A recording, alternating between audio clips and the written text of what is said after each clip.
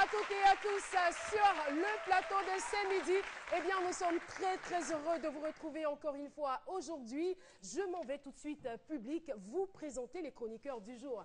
Eh bien, c'est inhabituel. Il est là, le frimeur Aloucine. Aloucine, bonjour.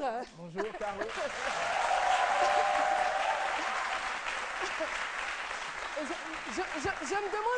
Je me demande comment est-ce qu'il fait, quoi. Il a toujours ce petit truc-là. Comment tu as fait? Tu peux reprendre, s'il te plaît, Aloucine? Public, Aloucine pour vous. Tout à l'heure, on le retrouvera dans la chronique Invention, c'est bien cela. Tu as certainement une nouvelle invention à nous proposer aujourd'hui. Une invention vraiment superbe. Vous savez, le mot, c'est quoi quand c'est tu wow. C'est wow.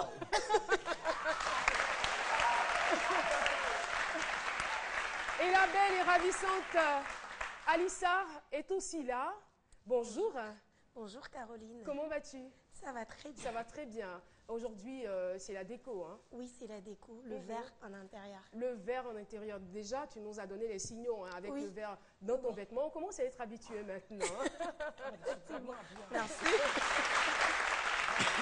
Et puis, je ne vois pas mon ami de tous les jours. Je suis sûre qu'il nous prépare quelque chose encore. Oui. Où est-ce qu'il est? Est-ce qu'il n'est pas... Ah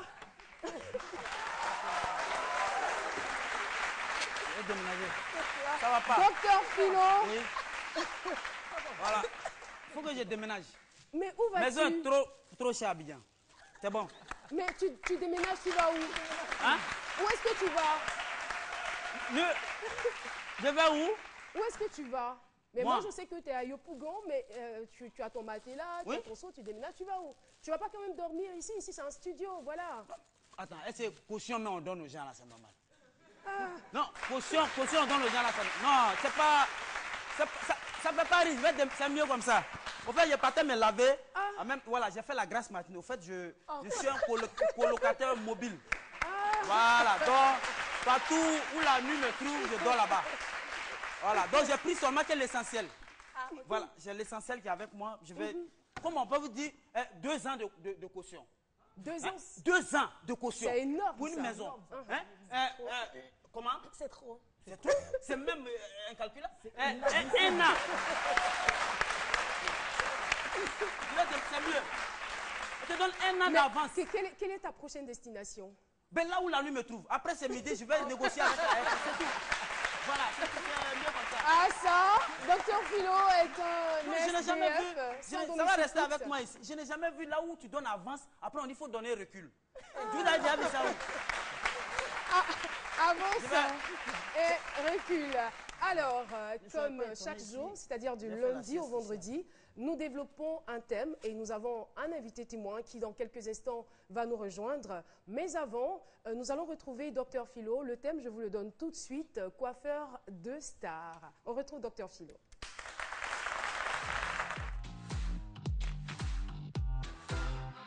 Alors, Docteur Philo... Je ne pense pas que ce soit toi le coiffeur de star. Certainement, puisque tu es maintenant une star, tu te feras coiffer par ce monsieur qui va nous rejoindre dans quelques instants. C'est vous, sinon en temps normal, des trucs quand je ne parle pas des gens. Sinon, mon déménagement là, c'est ça même qui a traîné. Non, on n'en parle plus, s'il te plaît, Docteur Philo. Je sais, je te comprends. J'essaie de me mettre à ta place. J'ai vraiment de la compassion pour toi. Hein? Voilà, je sais que c'est quelque chose qui te pèse là-dessus. Voilà, mais aujourd'hui, on parle de coiffeur de star. Il faut oublier ça pour un instant. D'accord. Je vais t'accueillir. Pardon, mais mon matelas me tient à cœur. Alissa, tu dis quoi? Je vais le recueillir chez moi. Parce que ah bon? Oui, après on reprend. C'est sûr? Ouais. Mais là, pour combien de temps? Tu veux rester combien de temps? Merci beaucoup Alissa, okay. C'est très gentil. Tu viens de lui enlever une épine des pieds. Elle te donne le logis, moi je te donne la bouffe. Hein. Ah ouais, sérieusement. Non, je n'ai pas parlé d'alimentation. C'est pour dormir. Sinon, vous mangez là. Merci beaucoup pour ton hospitalité. Merci, d'accord. Docteur Philo, coiffeur de star. Ben, coiffeur de star, en général, j'ai dit les coiffeurs, les stars, c'est des personnes reconnues partout dans le monde. C'est des gens qui... C'est les matures, au fait. C'est les gens qui ne veulent jamais passer inaperçus. On voit les DJ ici. Elle est coiffée, petit DJ comme ça, petite coiffure, grain coiffure, tout, rouge, verte. On ne sait même pas les couleurs. Vous qui êtes spécialiste en couleurs là. La couleur verte, on ne sait pas. Mais autrefois, moi je prends l'exemple sur les anciens. les Baïs Pinto, les François Louga, paix à son âme, qui encore? Les Amité Pied, les Mamadou Doumé, ils ne faisaient pas ça. Mais oui, les stars, oui, avant. Non, attends, docteur Non, Philo, qu'est-ce que tu racontes? Louga François, il avait... Oui, c'était la forme, mais la forme naturelle. Bien. Oui, c'était bien chic, c'était pas extravagant. Voilà, donc eux, ils se démarquaient par leur talent, la qualité des tests. Parce que quand tu voyais un Baïs Pinto, Baïs Pinto même là, je sais pas quand il prenait le micro, c'est le coup même, au niveau de la gorge. Il ne plaçait pas le micro ici, parce que c'est la voix. Où est-ce qu'il plaçait le micro? Oui, ça, on dit. Non, Philo, t'es sûr. Non, dis pas la vérité. Là, la voix sort normalement. Mais aujourd'hui, bon, coiffeur de star, bon, c'est bien, hein, c'est des gens qui se défendent bien et puis ils gagnent quand même bien leur vie. Parce que coiffer une star, c'est pas permis à tout le monde. En effet. Voilà, les coiffures, les techniques. Bon, je ne sais pas où ce dernier était, quand Drogba avait la barbe au mondial, il était où? Où bien, il était où? Voilà. Mais certainement que c'est lui qui a donné le conseil à Drogba. En fait, on ne sait pas parce qu'il a déjà... À ce que je sache, il a aussi coiffé Drogba. Ouais, bon, c'est vrai que c'est très bien, je le dis, hein, c'est bien, mais il y a aussi des aspects négatifs parce que avec ces coiffures extravagantes, comme je l'ai dit, partout, il y a les élèves, les enfants, la jeune génération imitent ces artistes-là. Ils ne sont pas stars. Tu vois un élève qui est en 6e, il a sa coiffure. Un élève, même CM2, culotte, va faire descendre, j'ai dit, récemment, bon, en fait, vraiment, Fino, oui. c'est pas forcément extravagant à chaque fois que les stars se coiffent. Oui, certainement. C'est pas tout le temps extravagant en fait. Non, mais c'est pour se faire remarquer. À partir du moment où on se fait remarquer, c'est déjà extravagant. Il y a des coiffures qui sont pas mais extravagantes. Mais ce sont des personnes qui sont, je veux dire, différentes des autres. Oh, voilà, bon. Par rapport à leur statut, voilà, stature de star. Donc, par exemple, toi, je ne sais pas si il existe des enfants qui vont vouloir te ressembler avec cet accoutrement. Non, je pense que j'ai pris. D'accord. Alors, la question qui a fait l'objet du micro-trottoir est la suivante. Aimeriez-vous vous faire coiffer par un coiffeur de star? On regarde et on se retrouve juste après. J'aimerais bien parce que lui, il a fait des études, il connaît bien le métier de la coiffure, la texture des cheveux, tout, et puis il saura la coiffure qui ira avec mon visage. Ça sera un privilège parce que c'est pas quand même donné à tout le monde de se faire coiffer par une star. Et une star, je suppose que c'est un professionnel, c'est quelqu'un qui saura qu'est-ce qui va avec le visage, qu'est-ce qui est adapté. Donc, il saura mettre la beauté encore plus en valeur. Donc, je me dis que ça sera vraiment super. Je voulais peut-être savoir ce que ça fait d'être coiffé par un grand coiffeur. Puis bon, quel ça pourrait être sur moi, quelle apparence ça me donnerait, franchement, ça serait bien. Ouais. Je vois pas trop la nécessité d'aller forcément dans un salon pour star. Hein, je veux dire, pour peut-être les gens qui veulent plus ou moins appartenir à une classe, on peut comprendre, mais sinon moi personnellement, je vais dans un salon ordinaire. Voilà, nous sommes de retour sur le plateau de ce midi. Et notre invité témoin du jour s'appelle Moussa Ibrahim. Voilà, c'est son nom à l'état civil. Mais on l'appelle Baba Cool. Voilà, Baba Cool. Je suis sûre que vous pensez tout de suite à l'animateur télé. Non, ce n'est pas lui. Accueillons maintenant Baba Cool, coiffeur de star, sur le plateau de ce midi. Installez-vous. Ah. J'entendais quelqu'un dire tout à l'heure, ne coiffe pas les stars qui veut, parce que le coiffeur de star, on le remarque, a lui-même une allure de star, tatoué, voilà, avec un style vraiment particulier, un style qui le distingue des autres. Pardon? T'as vu les chaussures? Non, j'ai pas fait attention. D'accord, on aura certainement l'occasion de voir sa chaussure. Monsieur Babacool, merci d'être sur le plateau. On est vraiment ravis de vous accueillir ici. Vous allez bien? Ça va très bien. Ça va très bien, d'accord. Alors, vous vous appelez Babacool. On est curieux de savoir pourquoi vous avez décidé de vous appeler comme ça. Est-ce que ça a un rapport avec l'animateur ou bien c'est lié à une histoire bien particulière? Non, il n'y a pas de rapport avec l'animateur. Parce que étant à Paris, et quand on dit Babacool, il y a des dames qui passaient, les Ivoiriennes. Quand elles viennent, on dit à quoi Babacool, l'animateur, il est devenu coiffeur. Donc, quand il vient, et puis il trouve des tatouages sur mon corps, il me dit, mais mon fils, pourquoi tu t'es tatoué le corps comme ça? Il commence à. Il dit, moi, je ne connais pas Babacool. Et lui et moi, il n'y avait pas d'affinité, je ne le connaissais pas. Auparavant. Auparavant, je ne le connaissais pas. Mais pour eux, ça dit tellement que les gens parlaient de lui, ils pensaient que c'était l'animateur qui est devenu coiffeur. Et j'ai dit que non, ce n'était pas lui. Moi, Baba Cool, c'est sorti de la jeunesse ivoirienne à Paris. En fait, comme j'étais cool avec tout le monde, on m'appelait Baba normalement. Ah, au Et départ, voilà, c'était Baba. Baba. Et après, les gens ont trouvé que j'étais cool, ils ont rajouté cool dessus. Mais oui, voilà. Merci beaucoup. Merci. Et nous sur le plateau ici, on fera vraiment l'effort d'être cool avec vous, puisque vous êtes un gars cool, un baba cool. Voilà. Ah oui, yeah. Maximum. Alors, comment est-ce que c'est né, cette passion pour la coiffure? La coiffure, déjà, au début, je n'étais pas coiffeur. J'étais footballeur. J'étais en Italie. Ouais, j'étais en Italie. Après, la coiffure, c'était une passion. Footballeur professionnel. Professionnel, ouais. C'est vrai. Et j'ai fait 3 ans. Après, j'ai eu des blessures, j'ai arrêté. Mais c'est-à-dire, la coiffure, c'est sorti d'un ami, depuis Dalois, qui faisait la concurrence avec moi dans la coiffure. Mais moi, je faisais n'importe quoi. J'ai blessé les gens. En ce moment, vous n'étiez pas encore allé en j'étais Italie pas pour le foot. Voilà, d'accord. Et c'est un frère. Et ce dernier-là, quand je suis venu en 2009, j'ai cherché ce dernier, mais je ne l'ai pas vu. D'accord. Et je l'ai appelé. Ben, il avait des choses à faire, mais il n'est pas venu. Donc, on va reprendre le chapitre. Vous faisiez la concurrence avec lui. Ça dit, lui et moi, c'était la concurrence d'abord, à Dalois. Donc, vous étiez coiffeur en ce moment? Non, je n'ai jamais été coiffeur. Vous bricoliez? J'ai jamais. Mais lui, c'est lui qui faisait la coiffure. D'accord. Voilà. C'était votre ami? C'est lui qui est assis derrière là. Ah. Voilà.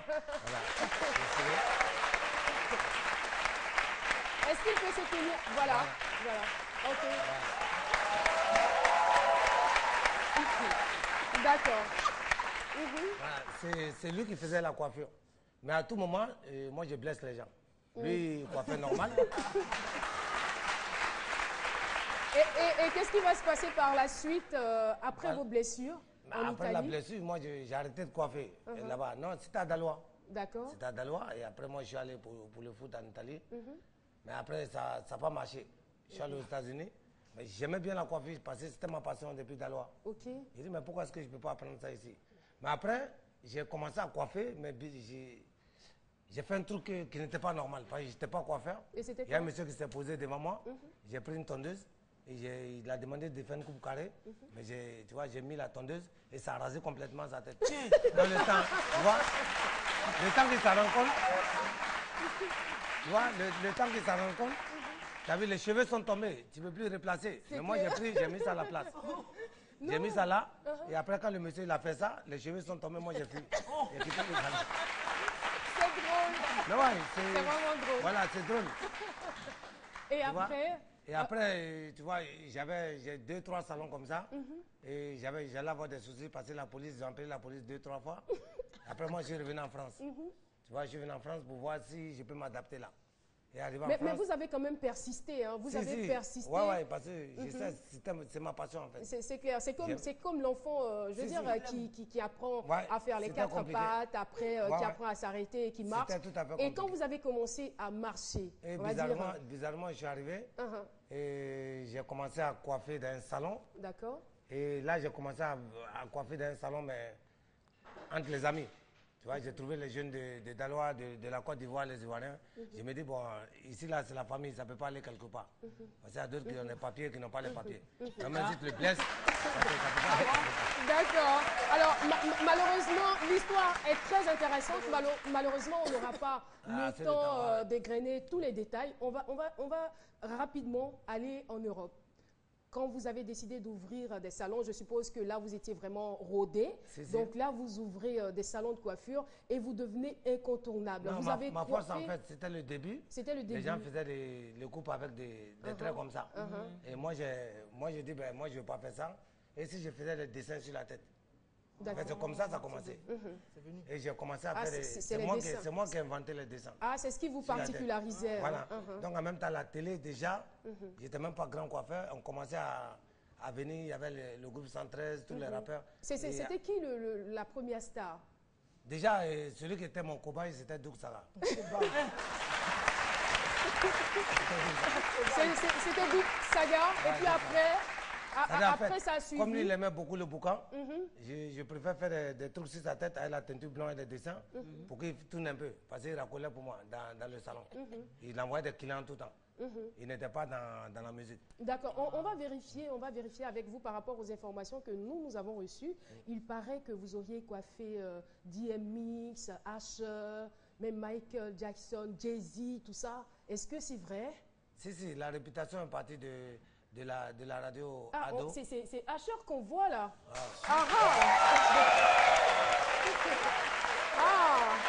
Attention là. Oui. Lui, quand il est arrivé, au début, il n'avait pas confiance en moi. Il a dit, il veut que je coiffe déjà ses gros bras avant que lui donne sa tête. Et moi, c'est-à-dire l'Ivoirien, on a une fierté. L'Ivoirien, il a tellement confiance en lui. Et moi, je tire chapeau aux Ivoiriens parce qu'aujourd'hui, c'est nous qui avons donné aussi la force aux Africains. Aujourd'hui, quand tu arrives en Europe, aujourd'hui, sincèrement, c'est l'Ivoirien qui a donné la force aux Africains. Aux Africains. Et vous m'avez dit que vous êtes le seul Africain à passer sur des chaînes internationales, sur des chaînes européennes, le seul Africain coiffeur. C'est-à-dire, lui, par exemple, la DMX, c'est quelqu'un qui est dans un autre délire. Tu vois, mais quand il est arrivé, il n'a pas de cheveux, les cheveux sont rasés. Lui, il fait que boule à zéro. Justement, parce que lui, c'est la boule à zéro. Mais il est venu, il a dit forcément, il faut que je touche sa tête. Et si on a fait près de 3 Oui, docteur Philo. En fait, moi, depuis, j'ai l'impression de le connaître. On se connaît, non? Non, attends, j'ai dit. Attends, c'est sérieux ou... Oui, sérieusement. Oui, j'ai l'impression. Oui. Attends, vous répondez pas vrai ou faux? Vous étiez à Daloa? Non, vrai ou faux? Non, il a déjà dit. Non, il n'a qu'à dire vrai. Vous étiez à Daloa? Quartier Soleil? Quartier Soleil, vrai. Vous étiez commerçant d'épargne? Ouais. Vous étiez en face d'un collège dont je vais taire le nom? Ouais, vrai. Vous êtes d'origine ghanéenne? Non. Non, je m'arrête. Non, là, c'est mieux. C'est mieux. Non, on se connaît. D'accord. Oui, Aloucine, rapidement. De toutes ces stars que vous avez coiffées, dites-moi, quelle est la coiffure la plus dingue, la plus, vraiment, comme j'aime le dire, waouh, que vous avez fait? La plus folle. La plus impressionnante? Je sais pas, j'ai donné l'image à monsieur... À la réalisatrice. Voilà. En fait, c'est un concurrent. Là, c'est Yves Zobo Junior. Yves Zobo Junior, quand il est arrivé, il a dit, tous ces gens-là, en tout cas, je remercie tous les cas d'Ivoiriens qui arrivent, ils veulent me voir, ils découvrent, ils viennent. Tu vois, ça fait plaisir. Ils m'ont donné aussi le courage d'avancer dans tout ce que j'ai fait. Alors, oui, d'accord. Alissa me posait une question, on va aller très vite. Comment est-ce que vous vous sentez à chaque fois que vous finissez de coiffer une célébrité? Qu'est-ce que vous vous dites à vous-même, en fait? En fait, c'est ce que je vous ai dit. Les Ivoiriens, nous, on s'en fout des célébrités. D'accord. Ok, vous avez une certaine fierté. Alors, ce qu'on va faire, on a beaucoup parlé. On va passer à une phase démonstrative. Il va coiffer qui? Ça va. Monsieur Joseph Andjou, qui est le rédacteur en chef de cette émission, vous allez le coiffer. Vous pouvez le faire en combien de temps? Ça dépend de lui. Ça dépend de lui. Ça dépend de lui, de la coiffure qu'il va commander. D'accord. Donc, vous allez le rejoindre. On applaudit très fort notre invité qui va rejoindre Monsieur Joseph Andjou. Voilà, qui va se faire coiffer en direct. On verra, on viendra vers vous pour savoir comment les choses évoluent. Il va commencer par le chef après nous. Si c'est bon, nous on passe. Si c'est pas bon, je le connais, je ne sais pas. Ça change rien. Alors, on va poursuivre. Je crois que c'est le temps de la réclame. On part pour la pub et on se retrouve juste après.